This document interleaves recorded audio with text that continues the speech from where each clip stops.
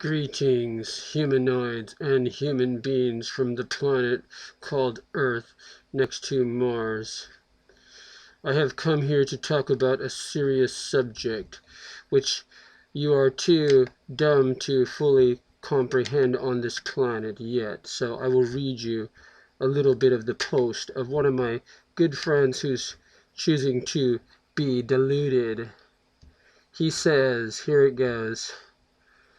Hello friends, I hope you all are doing well.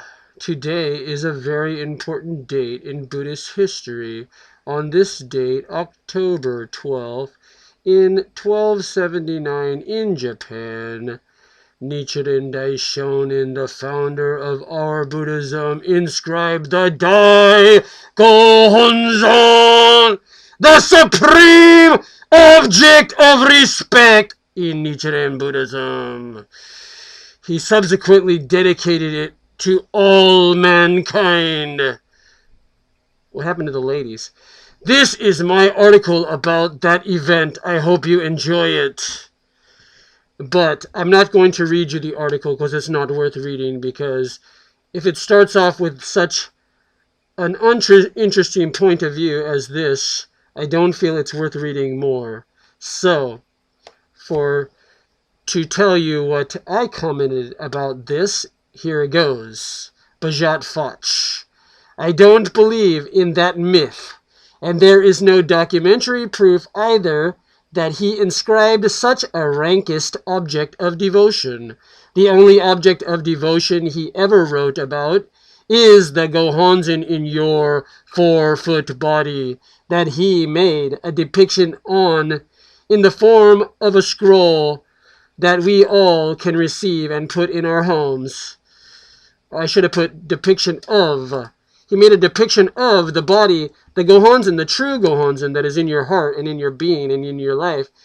It's way beyond your body because it's in your being, which is infinite. That's why the body of the Buddha is 32 negations, because you are infinite beings from time without beginning, and you have no body other than the infinite body that you truly have. The 4-foot body is just the body you use as the receiver for the opulent receiving you choose if you choose to step outside of this cosmic reality you call karma. Okay, the only object of devotion he ever wrote about is the Gohonzon in your 4-foot body that he made a depiction of in the form of a scroll that we all can receive and put in our homes. But it is only a representation of the real Gohonzon, which is your life. I read all 4,000 pages. 4,000 pages. This one has about 2,000. This has about 2,000. Volume 1, Volume 2 of the writings of Nichiren Daishonin.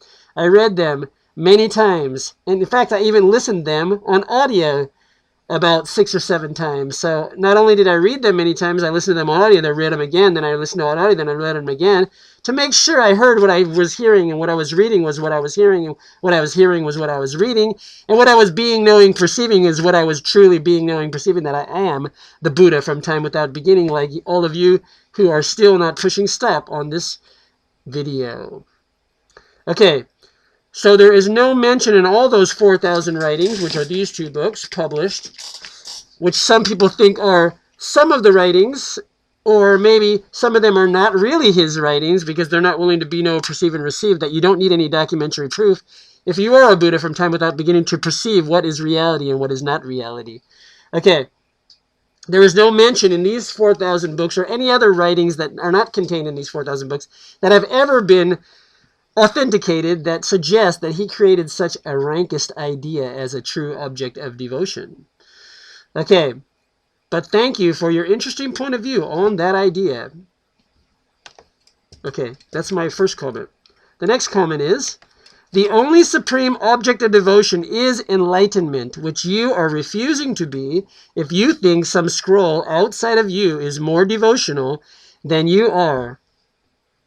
Okay. I will come back with more on this, but that's the whole notion of there's such a thing as an object of devotion is a complete fabrication of some lame person's functional, antiquated object of stupidity called life that they are choosing not to be because they are choosing to be an algorithm of unconsciousness like all the other sleepwalkers that they are choosing to call human beings. Okay, that's all I have to say. Thank you for coming out from the pre-living death, warmed up and baked in a microwave oven called Earth consciousness. See you later, and please come again.